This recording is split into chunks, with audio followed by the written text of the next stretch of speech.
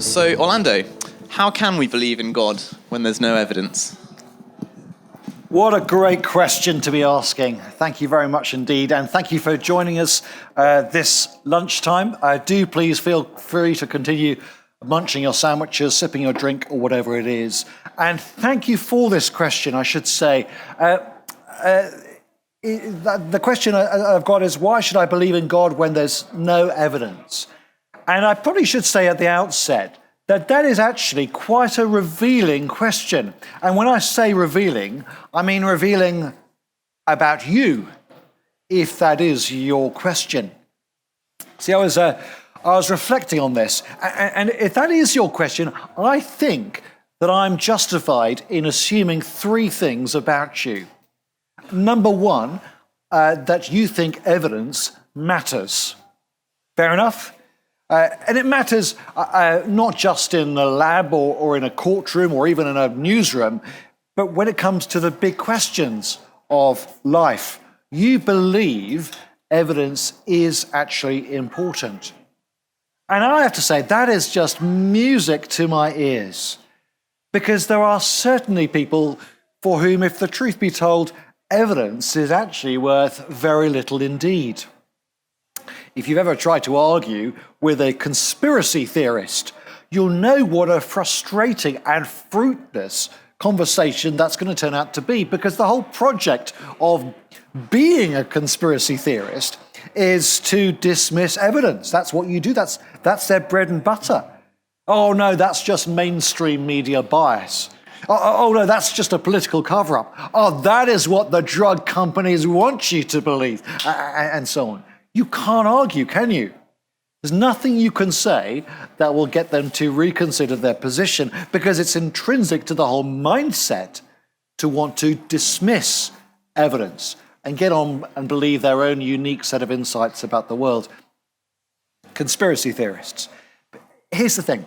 There are actually people around who treat faith and religious belief just like that too. And to be honest, I find that equally frustrating. They've got this notion somehow that faith is all about closing themselves off to where the data takes them. As if faith is almost an exercise of willpower to cling on to this belief in the supernatural over there, even though the evidence of my ears and my eyes wants to take me over there. Faith, they believe, may be a noble thing to have, but it is intrinsically irrational, blind, disconnected to the evidence. It has a name, that approach. It's called fideism. It's been around for a long time. And I am glad that it is not a view that you subscribe to, or at least I hope it's not. I'm assuming it's not, given the way that in this question, evidence and believing appear in the same sentence. I take it the two belong firmly together in the search for God. But there's a second thing I'm going to assume about you, if that's your question. It is that evidence about God matters not just generally out there somewhere, but it matters to you personally. I mean, you've given over your time to consider this question. Hopefully it's not just the free lunch that's brought you along today. I take it you can see that whether or not God actually exists has implications for your life, and not least of which is whether I should believe or not. And naturally, you want to know. And again, that is a great starting point for us today, because you can't assume that about everybody. You've seen in people you know, I'm sure, how easy it is for sheer prejudice to take hold of them and hold them back from genuinely engaging with big questions like this one. One of the most eminent scientists of the 20th century was the English astrophysicist Sir Fred Hoyle. He was a huge brain, enormous. Sadly, what he'll forever be known for, despite all his life's work, is losing the argument about Lemaitre's Big Bang theory of the origin of the universe. It was actually Fred Hoyle who came up with the name Big Bang. He came up with the term. But he called it that as a way of mocking it. He spent much of his career just dismissing it, arguing against it, and in particular promoting his own alternative theory, the steady state universe, and the theory of gravity that went with that. But it turns out what was driving him on all the time was deep down not just science. Fred Hoyle was an avowed atheist, and to him and his friends, the very concept that the universe might have a definitive beginning bothered him deeply, because it sounded just too disturbingly compatible with the Christian account of the origin of the world. And that made him simply determined not to go anywhere near there. He and his friends were driven by anti-religious prejudice, and that entered into his career, his science. In the end, once the Big Bang theory of the universe was confirmed pretty much by discoveries of microwave radiation in the 60s, the distribution of quasars and the research in the 80s, it invalidated much of his life's work, cost him a good deal of his reputation. And when he still refused to accept the evidence for the alternative competing theory that he didn't like, the Big Bang theory, it led to him missing out on the Nobel Prize. See, even the biggest stars among us can fall victim to personal prejudice. Deep down, there are people who care more about proving themselves right than actually following where the evidence leads, held back by prejudice. Or if not prejudice, then self-protection. It won't have escaped you, I'm sure, that if God really is there, and he's anything like the Christian God, that is the kind of God who has a claim over people, that kind of God, then that is going to have consequences. And not just about what we believe, more than that. If God is there, he is likely to start calling the shots for individual lives like yours and mine. A divine existence implies human obligation. If he is, then I must. You see? Or to put it another way, if God is there, he is going to start messing with my freedom, whether I like it or not. And for many of us, if we're really honest, our freedom is everything. So we do need to start asking ourselves some straight questions. Am I really as impartial and open about questions like this as I claim to be?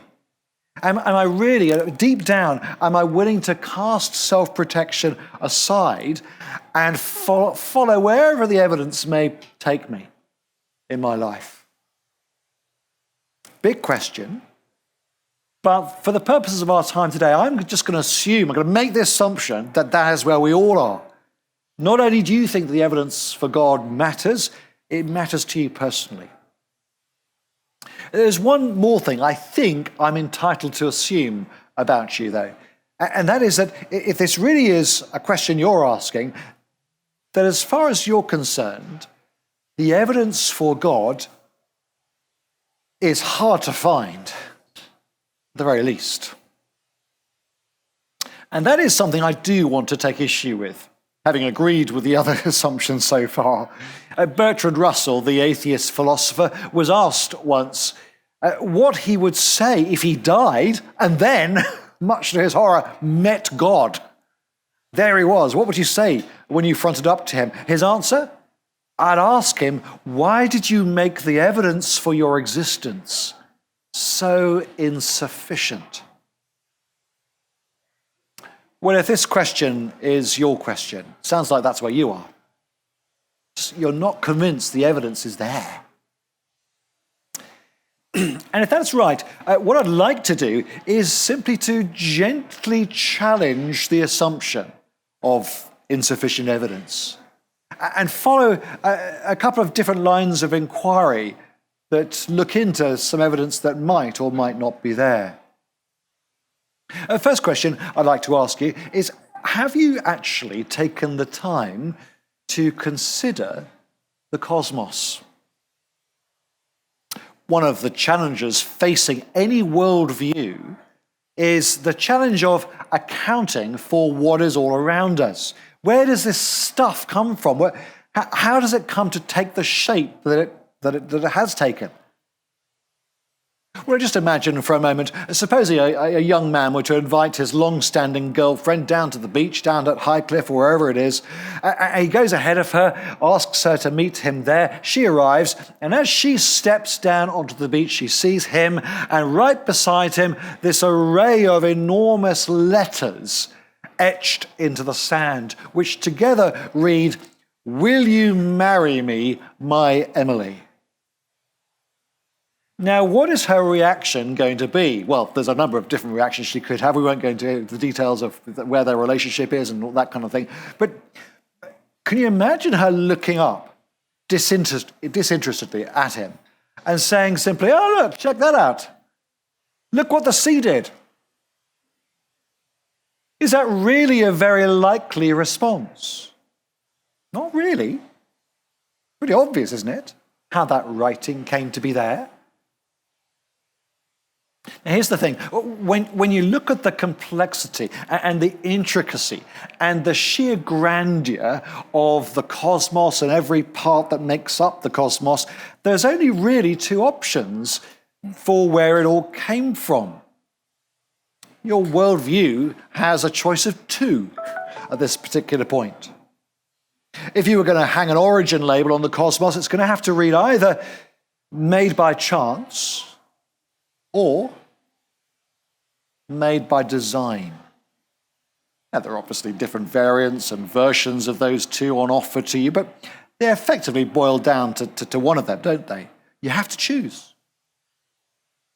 So look, I don't know how your mind ticks, what sort of temperament you have, what kind of wavelength you operate on, but supposing you're a fairly scientific type, which might be a few people in this room. You like to stay close to hard matter and energy and chemistry and those kind of things. Well, for you, just think for a moment about the physics of the universe.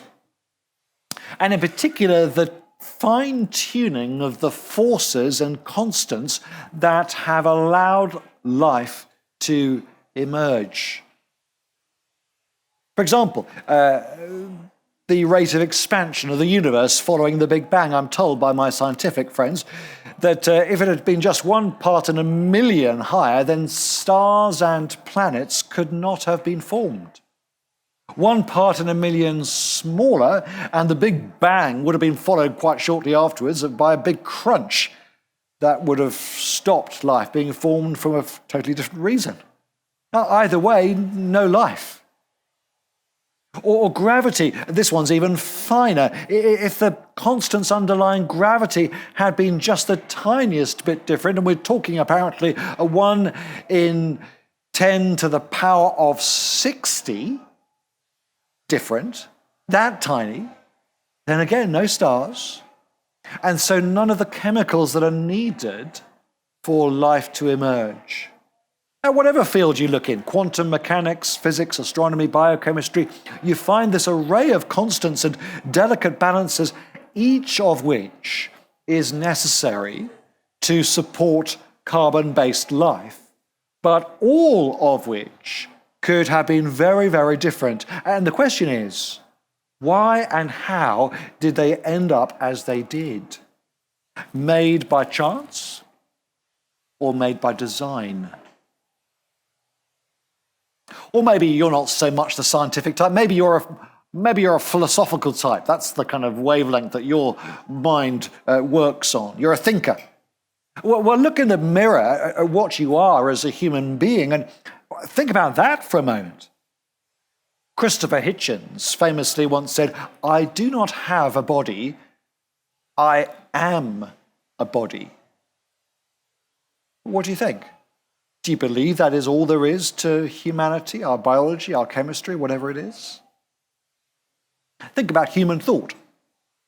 The very idea that the human mind is sophisticated enough to undertake scientific exploration, predict the path of the natural world, or even engage in a question like this question that we're discussing today. Just think about that thought. Is that not remarkable to you? Or the human capacity for art? Such a gratuitous, unnecessary thing, certainly in the way in which it's so developed today. Music and dance and visual arts. Why? Where did that aesthetic awareness come from? Or that universal human instinct to reach out and look beyond the material to the spiritual, to the divine. There's no society on record that didn't share that instinct. Now, what is the origin of that? Made by chance or made by design? Maybe you're actually much more of an intuitive type. That's the way your mind works. You read the world around you by impressions and gut instincts and so on. Well, if that's you, just look around for a moment. Take in the scale of the cosmos, the needless diversity of the species on Earth, the perfect design of molecular structures, the aesthetic magnificence of spring in whatever place you might think of, or the sheer wonder of life itself. What do you make of it all? You have to hang one of those labels on it all, made by chance or made by design. You see the point, don't you? Now, of course, each one of those things I've just mentioned there has attracted alternative explanations and counter-arguments. You may even have come across, be forming some of those in your mind at this very moment. And you may or may not actually deep down find one of those arguments compelling. But the cumulative effect of all those apparent pieces of evidence for a designer is, I think, really quite powerful. Interestingly, the Christian Bible itself has a perspective on this. It says, the heavens proclaim, declare the glory of God. The skies shout out his handiwork. That is, take a step back and look around you. Does not what you see seem to point to a mind lying behind it all? The problem is, strikes me, the issue we often find is the stepping back bit. We're just not used to doing that. See, science is just very, very impressive, isn't it, as a tool? Science can explain so much. Take my house, which you now know is just around the corner here in Highfield. It's actually just on the way to Sainsbury's. If you want to stock up your fridge or your larder, you're welcome to pop in, call in, say hello, just off Welbeck down there. If you did come in and you had a little bit of a wander around, which again you're welcome to do, then what would strike you? Particularly if you came in with a sort of scientific grid. What might strike you is that the capacity of science to explain every single thing going on in my house. You could open the fridge and see some extraordinary things in there, and the biology of what you saw would come to you, and you could explain it all, perhaps. You could go into the sitting room, and the physics involved in my teenage boys playing on the Xbox together. Again, you could explain that. You could look at the structure outside, see the cement, and the chemistry of the cement, which is actually having the effect of holding the whole house up. Science can just account for all of it.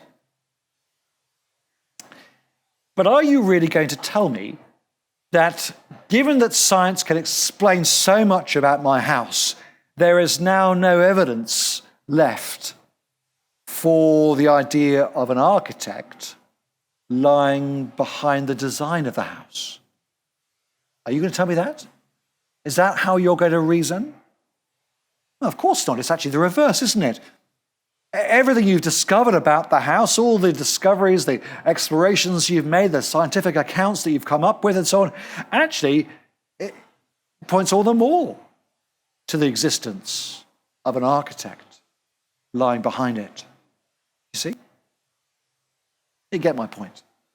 If you're looking for evidence for the existence of God, just have a wander around his cosmos. Second, though, I have to ask you, have you taken the time to go on the journey in time and space to consider Jesus Christ? Now, I don't know what you thought about that last sentence. It may seem a rather jarring, clunking change of gear to move from cosmic grandeur to one particular historical individual who lived a couple of thousand years ago in the other side of the world. But just think about that for a moment. Our question is about evidencing and believing in God or not. But what God is it that you do or don't believe in? What do you mean by God? You have to define terms, don't you, to talk meaningfully about believing in God.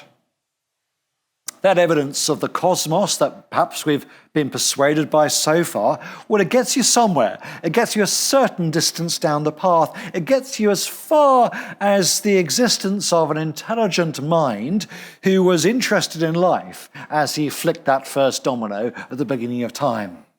Gets you that far, doesn't it? But not much further. And when you think about it, it doesn't exactly feel that you've scaled great metaphysical heights going only that far down the road. But suppose there's more. Let's do another thought experiment here. Anyone here heard of Sir Tim Berners-Lee? I'm sure you have. He was, until recently, a professor here at Southampton University, your most famous professor, I have to say. So you should have heard of him. He was, of course, the inventor and the architect of the World Wide Web. But what do you really know of him? Well, I suppose you could be reasonably certain that he exists, or that somebody with that name exists.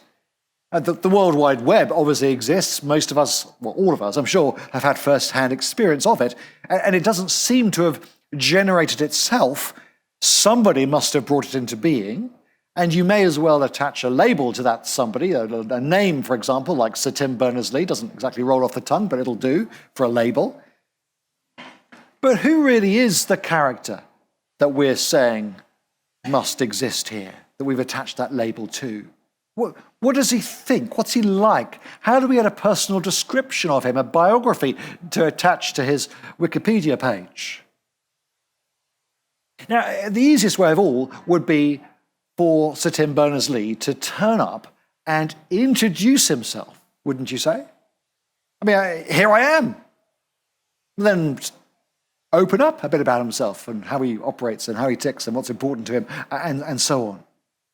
Ideally, that would happen right here, right now. He'd just walk in through those doors, right here, in he comes, takes the microphone. I'll give this up, Phil, you can have that one. I'll keep this.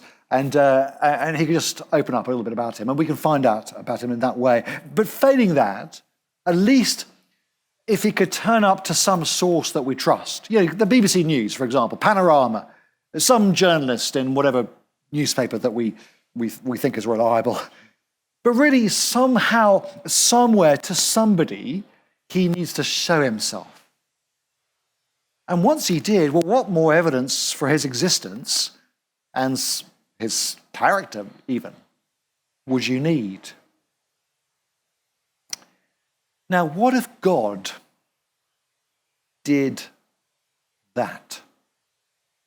What if the architect of the world, the architect of the universe, were to find a way to show up and introduce himself to the world that he'd made in such a way that he could be recognized? Jesus of Nazareth made extraordinary claims, but none more extraordinary than that he was the Creator God himself, that the Creator God had chosen to evidence himself to the world by somehow entering into space and time and somehow shrinking himself down to the frame and the biology of a human being, namely Jesus. It's quite a claim, isn't it? But if the evidence shows that Jesus did exist, and that he did indeed make that claim, and that the claim, extraordinary as it is in fact credible, then you and I have now stumbled across the most compelling piece of evidence for God that we could possibly wish for. And many people, including myself, have spent a while doing the historical research. My own training was in ancient languages and linguistics at Cambridge University, and I got a chance to look at a lot of text in the original languages. And I, for one, found the evidence compelling, in fact, overwhelming, certainly sufficient to put my faith in this God and to build my life on the foundation of that faith, and to respond to an invitation to come into a relationship with him. Why believe when there's no evidence? Now, I want to come back and challenge the premise of the question. Consider the cosmos. Consider Jesus Christ. And you actually, I think, have a barrage of evidence, not only for the existence of God, but for his goodness and power and wisdom and desire to reach out and have a relationship with human beings like you and me. Thank you. Thank you for sending in all those questions. I'm just going to ask Orlando to come back up. So Orlando, the first question, is the low probability of an event, so for example, the cosmos occurring, mean that God was behind it? And if that's the case, how do we differentiate between divine intervention and just chance? Thank you. I don't want to equate the design of God with the probability itself. I want to suggest that the design of the universe was an alternative and more likely explanation than chance. That's what I'm trying to say. That is, if you look at the question of the beginnings of the universe, and then perhaps even beyond that to the origin of life itself, they are, each of them, so extraordinarily unlikely that we're not looking for God to be the kind of explanation for the little dot of probability that they did come into being, but rather the alternative explanation for a deliberate, intentional act of an intelligent mind. It's such a big question, this. Some of you will have come across Francis Collins, that's his name, isn't it? He's the chap who basically untwirled DNA. He's at the NIH in America. I guess he's must be coming up to 70 or something by now. Probably one of the most high-profile Christian scientists there is, but he's also one of the most high-profile scientists in the world, simply because of the extraordinary accomplishment of unraveling human DNA, cataloging it, and so on. For him, it was this question of the beginnings of the universe that led him to rejecting chance as an explanation and seeing, despite having done so earlier in his life as a student, and actually coming to the conclusion that it was so absurdly unlikely that there must have been a design of a mind behind it. Thank you. How do we know that records of Jesus are correct? Thank you. So there are a number of records of Jesus. Some of them are actually incorrect. There are documents written very much later than him which early historians rejected as incorrect and only accepted the most reliable records of his existence. The most reliable documents we have are actually that were then bound up and effectively collected together, included in what we now know as the New Testament. There are 4 biographies of Jesus in that collection: Matthew, Mark, Luke, and John. I think there's one of them here actually on the back table. I found a bunch of these. This is Mark, the shortest one. If you want to read it yourself, you can read it in probably an hour. It's not long. And the question of their correctness was partly the fact that they were accepted earlier on and at the expense of others which weren't. But partly too, even further back than that, the process by which they came to be, they were brought into existence by the followers of Jesus or people very closely connected with the first followers of Jesus. Those people went to their deaths, many of them, for the realities that they had witnessed and publishing them to the people around them. There is therefore quite a high likelihood that they weren't working against their own interests when they did that. Nobody really falsifies documents or anything like that if it's to their personal disadvantage. Of course, there is also the question of could the evidence have fallen into disrepair accidentally? That is, could people copying out those early documents might have made mistakes and introduced some things which Jesus never said and things like that.